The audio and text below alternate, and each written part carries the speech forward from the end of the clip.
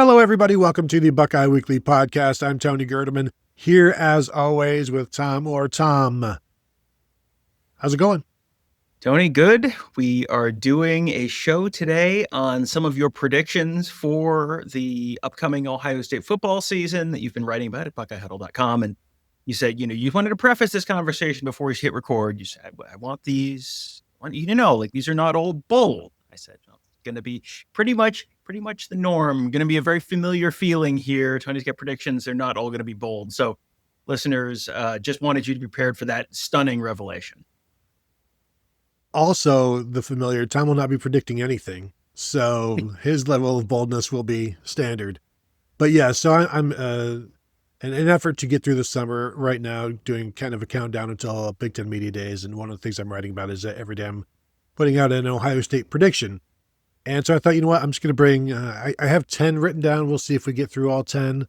And I just want to get Tom's thoughts on it. We'll talk them out. I'll tell you why some may be more bold than others, or some are just like, you know what? Okay. Sure. Why are you bringing this to me? That's fine. It's a potpourri of predictions. I'm not even going to combine the two words, but Tom, my first one for you here is something that, only 8 Buckeyes, 8 wide receivers have ever done. And that is, my prediction here, Quincy Porter, true freshman Ohio State wide receiver, will catch between 10 and 20 passes this season.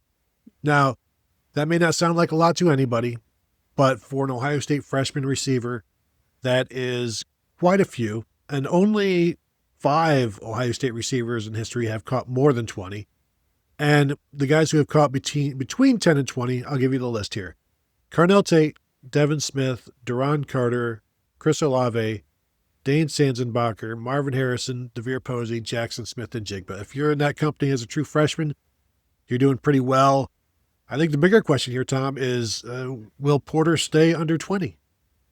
Yeah, that's a good prediction. That's one that I think people are going to hear and go, is that it? But no, as you said, the bar is pretty high to even be at that level as a true freshman. And it's probably a little bit telling that as you're going through that list, it's like, boy, about half of those names feel like they were in about the last 4 or 5 years or so. So it's becoming a little bit more the norm. And that's probably a combination of Brian Hartline recruiting guys who are maybe a little more college ready than they were in the 80s and 90s and 2000s, but also just the fact that they are throwing the ball more and there's more opportunities. So yeah, I think that's a good prediction. I think that I'm going to say he's between 10 and 20 rather than being above 20, just because above 20, again, 20 catches doesn't seem like a lot. You're going to, you look at it, well, if they play 14 games, that's barely more than one a game. But you got to remember that they're going to have a very good, Jeremiah Smith, Carnell Tate, Brandon Inniss, Bryson Rogers is going to be ahead. Mylan Graham's going to be ahead. You've got a lot of other guys in that mix where if you're the 5th or the 6th wide receiver, there just aren't that many passes, because also you've got Max Clare, you've got Will Kazmarek, you've got Jelani Thurman, you got Bennett Christian, you got James Peoples, you got CJ Donaldson catching the ball out of the backfield, and they're going to want to run the ball a bunch too. So yeah, I think those are numbers. I think that's a very good prediction. I think that's probably going to be a true prediction. It's, a little bit more, we're not really grading for boldness here, but it's probably a little more bold than it sounds. But I think that's a good one. And I would agree that, somewhere between 10 and 20 is probably a good number for Quincy Porter as a freshman. And even though it doesn't sound like much, that's also a pretty good barometer of, hey, this is a guy who's probably going to go on. You listen to that list and it's like, boy, most of those guys went on to do some pretty good things at their Ohio State career. I think if he can get in that club, that's probably a pretty good predictor of his future success as well. Yeah, about the only guy that didn't go on and play in the NFL is Duron Carter. And just for everybody else, the 5 guys that went beyond 20, Ted Ginn Jr. in 2004 had 25 catches. Garrett Wilson in 2019 had 30. David Boston in 1996 had 33. Chris Carter in 1984 had 41. And then, of course, the complete bell curve buster, Jeremiah Smith, was 76 last year. So that's a pretty decent list.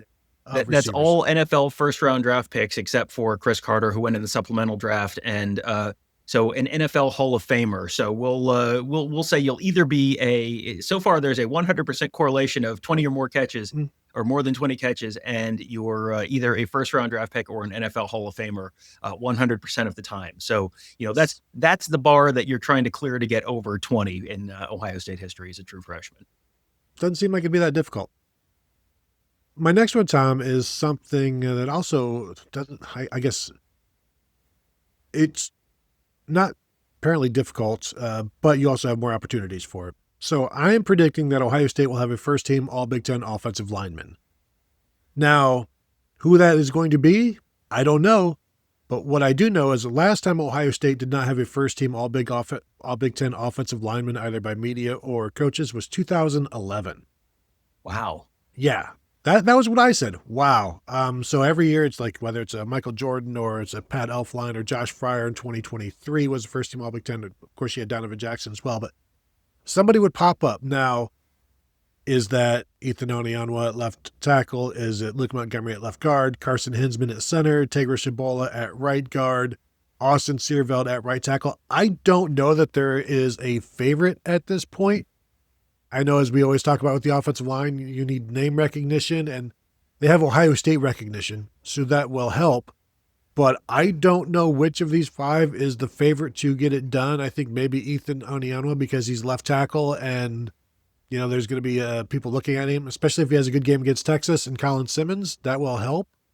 But first-team All-Big Ten offensive lineman, I've got basically 10 cracks at it with 5 guys and 2, the media and the coaches. What do you think? I'm still stuck on the fact that it's happened every single year since 2011. That's crazy. I would not have. I would have said 2 of the last 5 years it hasn't happened. And I couldn't tell you which of the years, but boy, that's fascinating.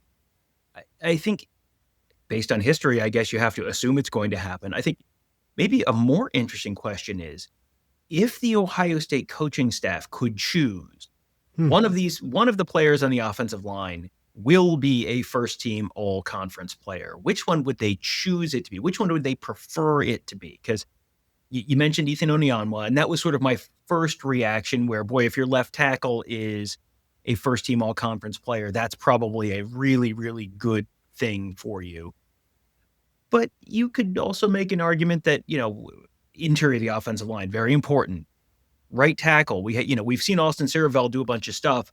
If Austin Searveld has a first-team all-conference season, then boy, you're feeling pretty right tackle also very important. And it feels like you kind of know what Ethan Onianwa was going to be as a left, a starting tackle in the Big Ten. He's at least going to give you give him a B as, this is sort of he may not be an A+, but he's certainly going to be a solid player there. And if you get a good full season out of him as a solid player, that's probably, a very good sign for them. But, which of those guys do you think the Ohio State coaching staff, if they had to choose, which of those guys would they choose to have be the first team all-conference player? I would think Ethan Onianwa for a couple of reasons. One, anytime you can have the guy blocking, keeping the blind side clean, that's great for your quarterback, especially an inexperienced quarterback.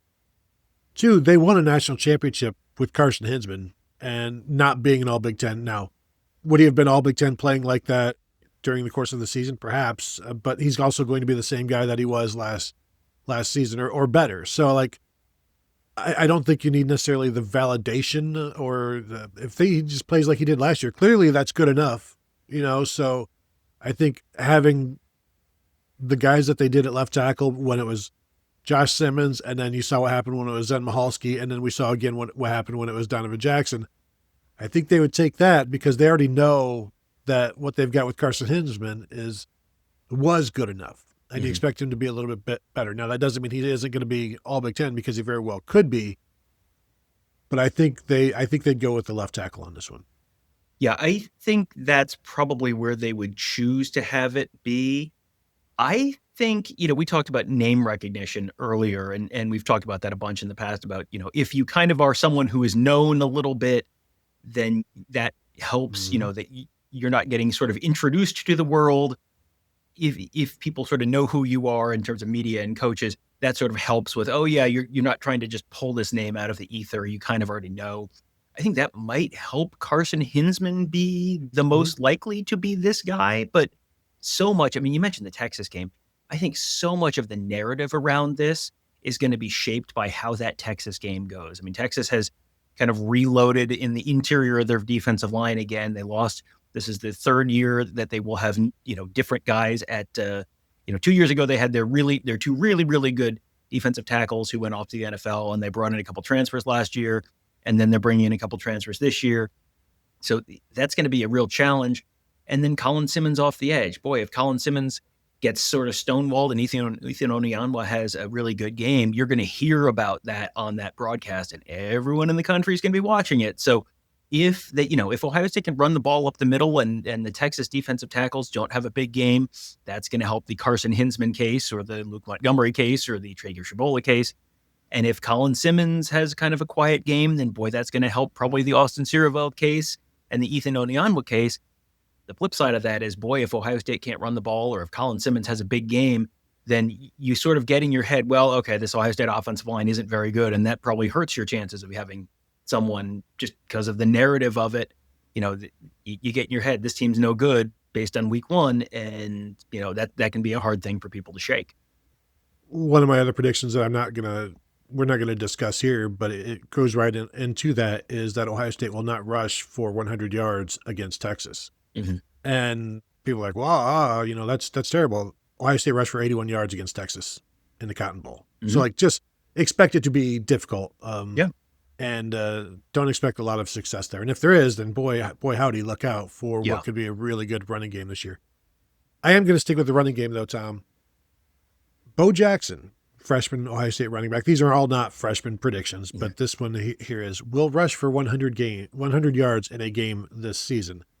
Now, the last true freshman running back to do that for Ohio State, Tom, I bet you can guess if you would like to take a guess. I know J.K. Dobbins did it. I know Travion Henderson did it. Mm-hmm. Working more recently than that, 22 was Mayan Williams. Was it Travion Henderson? No, Dallin Hayden in 2022. Oh, Dallin Hayden. Okay, yeah. Against Maryland? Yeah. He had 3 100-yard games. Okay. That year. The first one was Toledo game 3, where Ohio State won 77-21, and he was, but then he had that 2-game stretch against Indiana and Maryland. We went for 102 and 146. So there is a little bit of a history, but so he did it in his third game. Travion Henderson also did it in his third game, his first 100-yard game. That was the 277 yards against Tulsa. Mm-hmm. J.K. Dobbins did it in his first game, went for 181 yards against Indiana. I think the best chance for Bo Jackson is game 2, Grambling State. Grambling, when you've got the FCS school coming in, and it may only take 12 carries or something like that.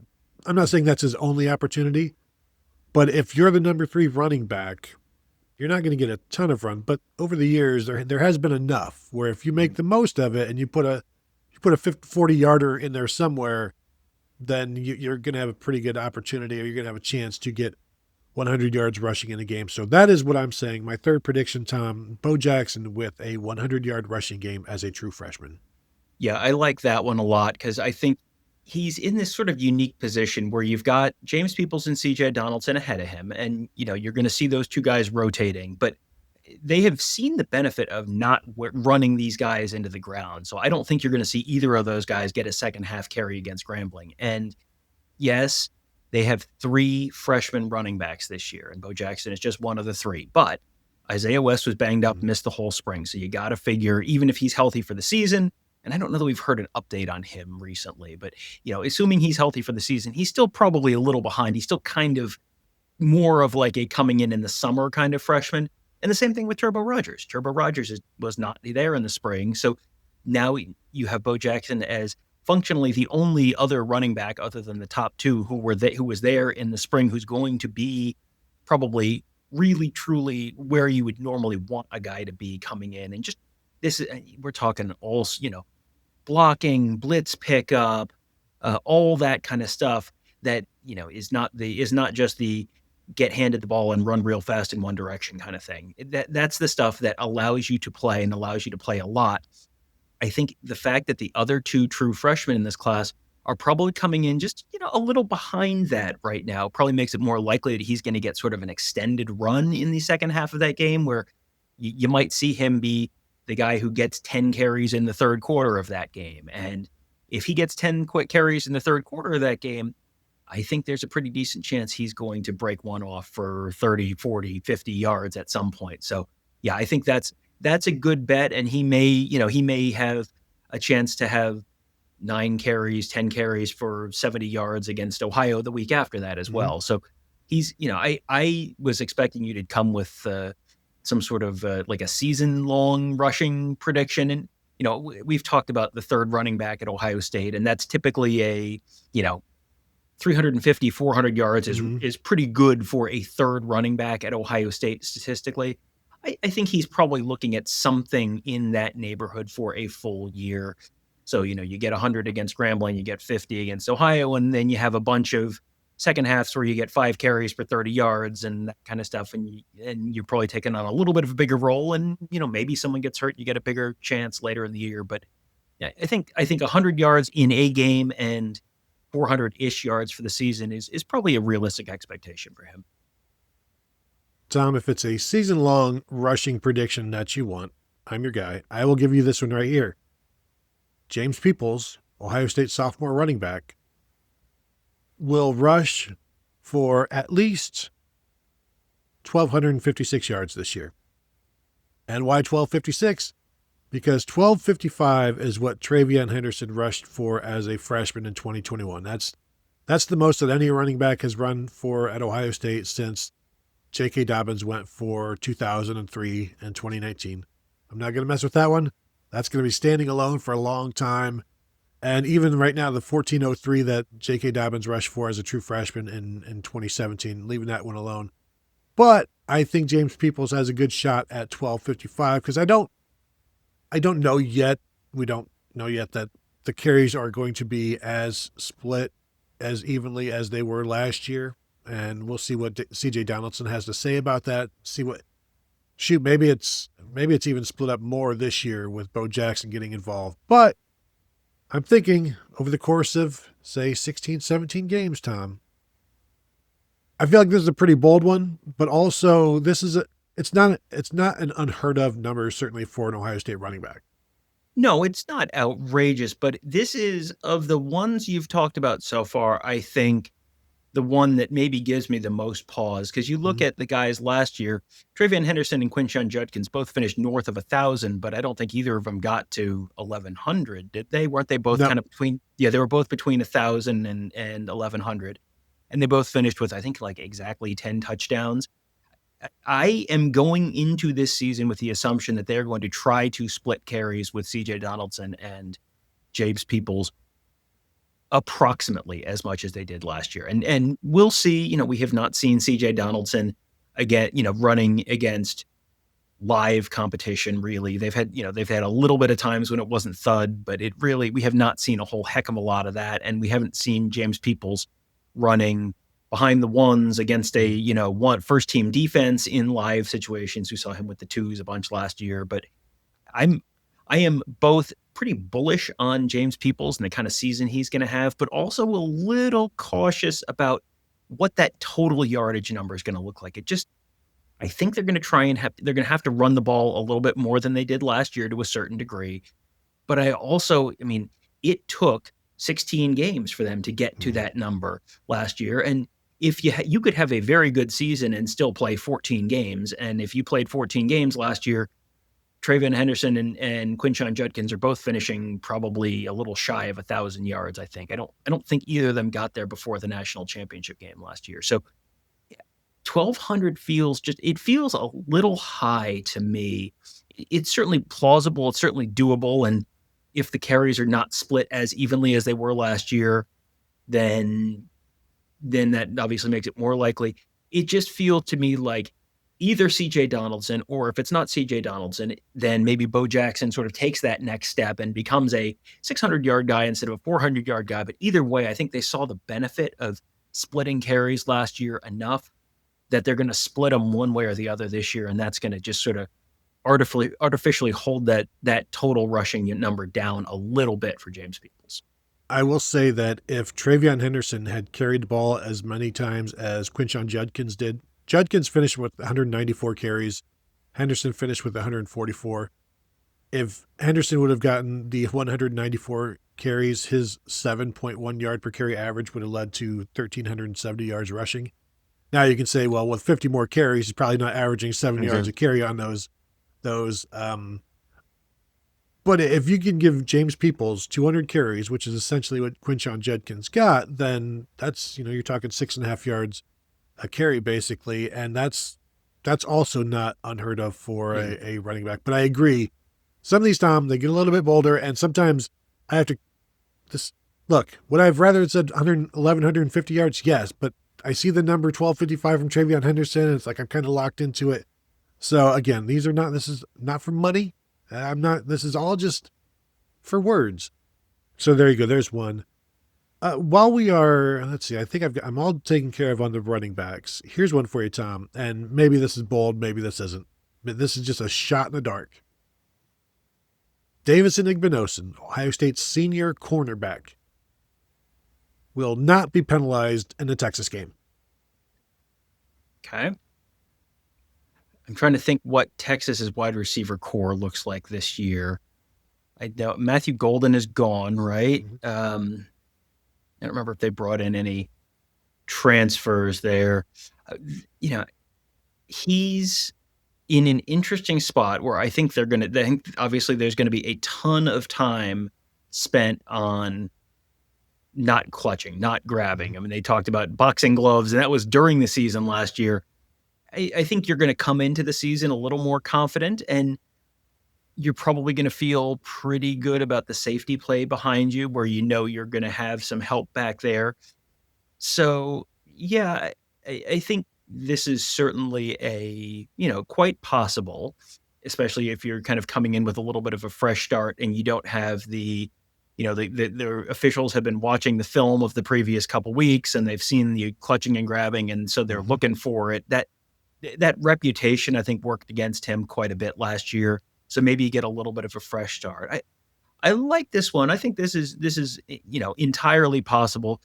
It would be, I feel like he does not get called for a penalty against Grambling or Ohio or someone like that. Feels like, he's going to, confidence wise, he's going to feel good. I would feel very good about those two. Texas's wide receiver core, I think, is going to be okay, but I don't think they have like an elite guy this year. Did you look it up? Did they bring in anyone that I'm not thinking of? Here's the problem, Tom, and I tweeted about this recently. I've got the Phil Steele magazine, but the font is too small for me to read anymore. It's like I'm the person that can't reach the tall cans on the shelves now, and it's like that stuff no longer exists to me.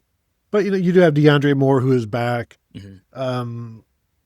Ryan Wingo, who is back, was a freshman last year. He's talented, so obviously they're going to have some weapons. But I just think they're going to be very focused on being disciplined and not giving Texas any more yards than they can. Now, I do wonder if at some point Davison Igbinosun is maybe watching the quarterback a little bit to see what Arch is doing. Arch Manning could take off at any point. Maybe he's just looking in the backfield too much and then has to like grab or something like that.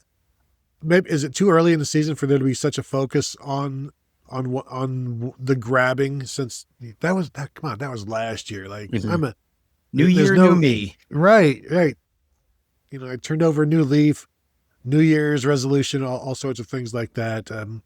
It'll be a noon game, so maybe the refs won't even be awake yet. There's always that. There is always that. Yeah, I like this one. I think this is probably, I'd put this at a better than 50% chance of hitting, just because, you've got all the stuff we talked about, and I don't know that Texas does not have a Jeremiah Smith kind of guy where you are just going to be desperate to stop him. So, and we'll see. I know everyone has their strong opinions on exactly what Arch Manning is going to be. We watched a lot of Texas football in the lead up to the Cotton Bowl, and we did not see a lot of Arch Manning last year. So Arch Manning is still a little bit of a question mark to me in terms of what he's actually going to be. So might be amazing. I think the Heisman candidacy and the Heisman odds and all that kind of stuff has a lot more to do with the name on the back of the jersey than anything that's happened on the field so far. So yeah, we'll see. I think this is sort of in that gray area, but I'll put this, if if you give me the James Peoples is more likely to hit 1,256 yards or Davis Igbinosun is more likely to get through the first game without committing a penalty, I'm going to take Davis Igbinosun in terms of which one's more likely to happen, just because it just has to be one game. And I think there is a bunch of stuff that's potentially working in his favor. All right. So I think we got time for one more, and I'm just trying to figure out which one I should go for. Maybe I'll just give you two quick ones, but because they're all good. They're all fantastic. They're all bold as can be. Like if these predictions were Cheetos, they would be flaming hot. Let me just throw you out. Put that stupid mug down. Like that? For the listeners, Tom is slowly drinking out of a mug that says Trophy Husband. And clearly this is something that he bought off Amazon for himself. It's like, oh, throw this in the car. This looks good. I'll have save this for the show. So I'm sorry this had to throw a wrench in the entire show. We had to stop. Just a caffeine delivery device, Tony. Nothing more, nothing less. Serenity now. All right, so here's the last one for you. Let me go with this one because this one feels like a win for me. Carnell Tate, Ohio State junior wide receiver, will have 1,000 yards receiving this year. And keep in mind, Paris Campbell, I believe, was the 5th receiver in Ohio State history to ever have 1,000 yards receiving. That was 2018.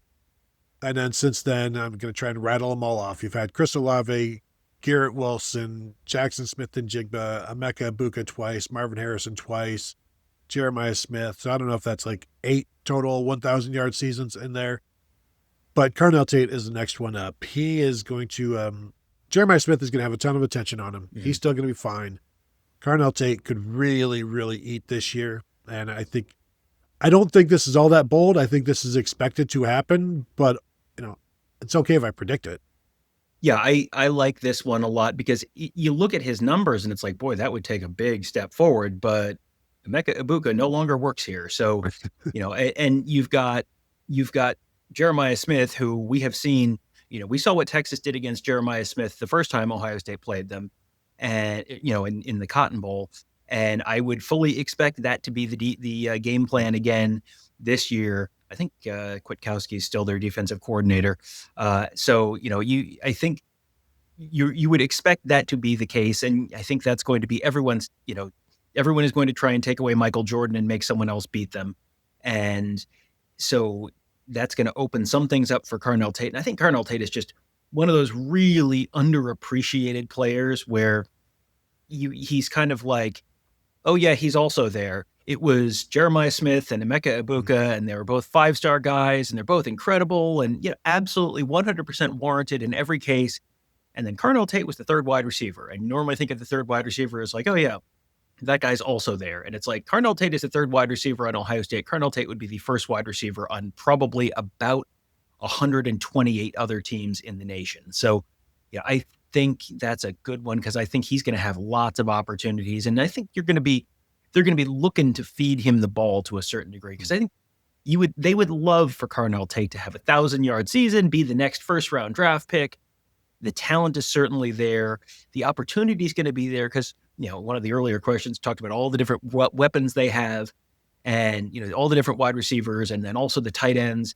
Max Clare is going to do a lot to take away some of the attention. You're going to have a lot of one-on-ones for Carnell Tate this year. And Carnell Tate's a guy who's going to win a lot of those one-on-ones. And Carnell Tate's a guy who can win those one-on-ones downfield and turn some, turn a catch into a long catch and run. So yeah, I like that a lot. I think Carnell Tate's one of the guys on this year's Ohio State team who is probably more underappreciated than most other guys in terms of what he could be because he's been there a couple of years and there was a lot of, hype and conversation around him, but the production on the field hasn't been there really through no fault of his own. This feels like a year when it all kind of comes together for him. I would be buying Carnell Tate stock right now if I were you. Yeah, this is the lowest you're ever it's never going to be this low again. The Texas game, 7 catches for 87 yards in that when he stepped up. So, and one last quick one, since we're talking about Texas, Tom, Max Clare will score a touchdown against the Longhorns, and there's going to be so much attention focused on all of these people. You saw it in the spring game, Max Clare right down the seam, something like that from Julian Sand, but I do think he's going to be maybe one of those under expected weapons in the red zone where, yeah, 40 catches or whatever, but in the red zone, he might be a problem because there's going to be so much focus on the two receivers on the outside and, of course, stopping the run. But Max Clare will be sneaky this year, even though everybody knows him, but you still got to stop him. So I think he's going to score a touchdown against the Texas Longhorns. Tom, would you agree or not? I like that one. I like Max Clare. I like Brandon Inniss maybe to score against Texas.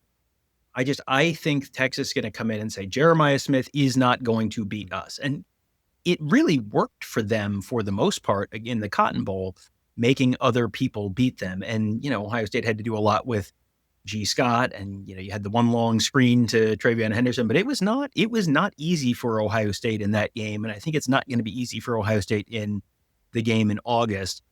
But, they're going to have to do it. You're not going to be able to take your first option on a lot of those if they're going to try and take Jeremiah Smith away. But Ohio State just has so many other weapons. Max Clare, I like Max Clare a lot. I think we've talked about him before in terms of catches and yardage and touchdowns and which one's he going to be.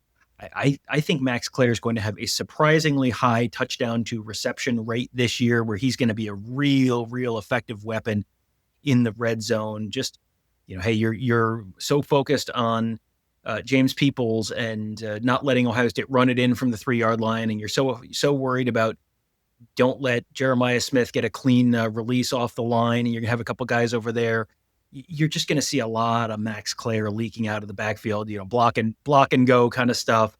I think Max Clare scores a touchdown in any individual game, I think is probably going to be at worst a coin flip. And in a game like Texas, where you're going to be trying to draw some stuff up, he feels like a guy you're drawing some stuff up for in the red zone. And that Texas game last year, Carnell Tate, 7 catches. The tight ends, the Ohio State tight ends, 7 catches as well. So there you go. Thank you all for tuning in. Hit that thumbs up if you're watching on YouTube. Feel free to throw your own predictions in the comments. And Tom will ridicule you, and you'll know what it's like to be me, which I would wish upon no person. But go ahead and hit the thumbs up and subscribe if you have not yet done so. We'd appreciate that. And, of course, the absolute best way to support us is to find us at BuckeyeHuddle.com. Sign up now. Become a member. Check us out. Everything going on there, and there is plenty of official visits wrapping up. There's going to be some commitments coming, I would assume, at some point, and we'll be talking about them as they do. So thank you all for tuning in, and we'll talk to you guys later.